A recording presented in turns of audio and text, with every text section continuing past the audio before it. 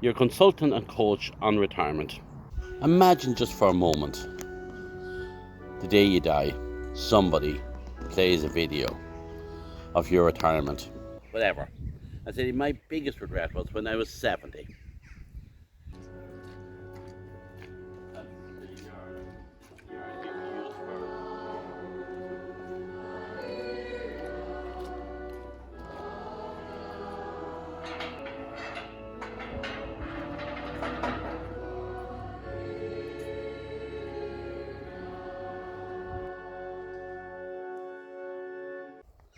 Just start off, just tell you a story about. He was actually a farmer. I was at his 90th birthday, and all his friends and neighbours and all that was there. And sometime during the party, I went up and I spoke with him and sat down with him and talked about his 90 years and said, "Have you any regrets?" He said, "Yeah, of course I have regrets. You know, everybody has some form of regrets or another." And said, "My biggest regret is," and I thought it'd be that I married the wrong woman, or that I should have done something different, or I should have bought more land, or I should have done whatever. I said, my biggest regret was when I was 70. If I knew I was going to live until I was 90 with such good health, I'd have lived the last 20 years of my life completely different. I'd have done a lot more things. Do we want to be like that man when we, at 90 years of age, look back and say, if I knew we were going to this long of a retirement or this long of a life, I'd have done a lot more? All you have to do is look at people that has retired in farming and took up maybe different occupations or different jobs, or did a lot more travel, or spend more time doing the things they enjoy. Last night we looked at the presidential debate of a man 81 or 2 and the other man in his late 70s. They have not thinking about retirement. They're probably doing stuff maybe that they like to do. But who wants to be at that full speed at 80 years of age, or 82 or 3 years of age? You know, is everybody fit to do that? Or do we need to be at that? Tonight, later on, I'm going into Delvin to my parish church. And the priest that's there is Father Seamus Heaney, and he's himself and his brother. His brother is parish priest in Tullamore, and Father Heaney is parish priest in Delvin. And both of them was ordained 60 years ago on the one day, and they're celebrating 60 years. And they're still priests. Priests probably doesn't retire, maybe like farmers years ago.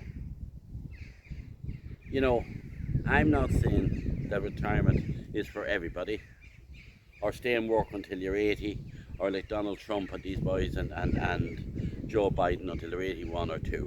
I'm not saying that. I'm saying is that we should do what we want to do in life. And that is, if we want to reduce the responsibility, got to do it running a dairy farm, or running a beef farm, a sheep farm, or a cereal farm, and hand that on to the next generation. We should consider strongly and consider doing the things we'd like to do, and that we have a quality life as well. Like, I spent a couple of weeks beyond in Turkey, a really, really enjoyable trip. I love doing my YouTube videos. It gives me a different perspective in life. It gets me away from the same routine that I'm at since I'm 14 or 15 years of age. And I'm saying the same to you. Look at your options. And along with that is, and I said this already, and I keep saying this, agriculture needs younger people in it. We need fresh thinking. Look what's coming down the tracks with the nitrate regulations, the environment, all the other new modern technology and machinery, and in milking parlours and equipment. We need to be up to speed with that. It's for younger people. And milking cows or sitting on a tractor ploughing a field or anything is a long, hard day's work. And that is designed for younger people that's able to give it their all. And the culture and the world needs young people to be sure that we feed the world, because that's our responsibility, and that's why God gave us these beautiful farms and land and these beautiful green fields that we have, and these beautiful cows and cattle. They're put on this earth to feed the world. We are put to farm it. So we want to make sure that we get the young people there and give that commitment to young people and responsibility that they can carry it on. Like when I took my farm over my father when he was 70 and I was 23 or 4, and I had beautiful enjoyment time working alongside him, taking some advice from him, having debates and arguments with him, and in the end of the day doing it the way I want to do it, and setting out and rearing my family and spending time with my family on the farm. That's what I want for my own son, and this is what I want for my own, for the next generation of farmers, that they can bring up their family in the farm and that they can run the farm the way they want.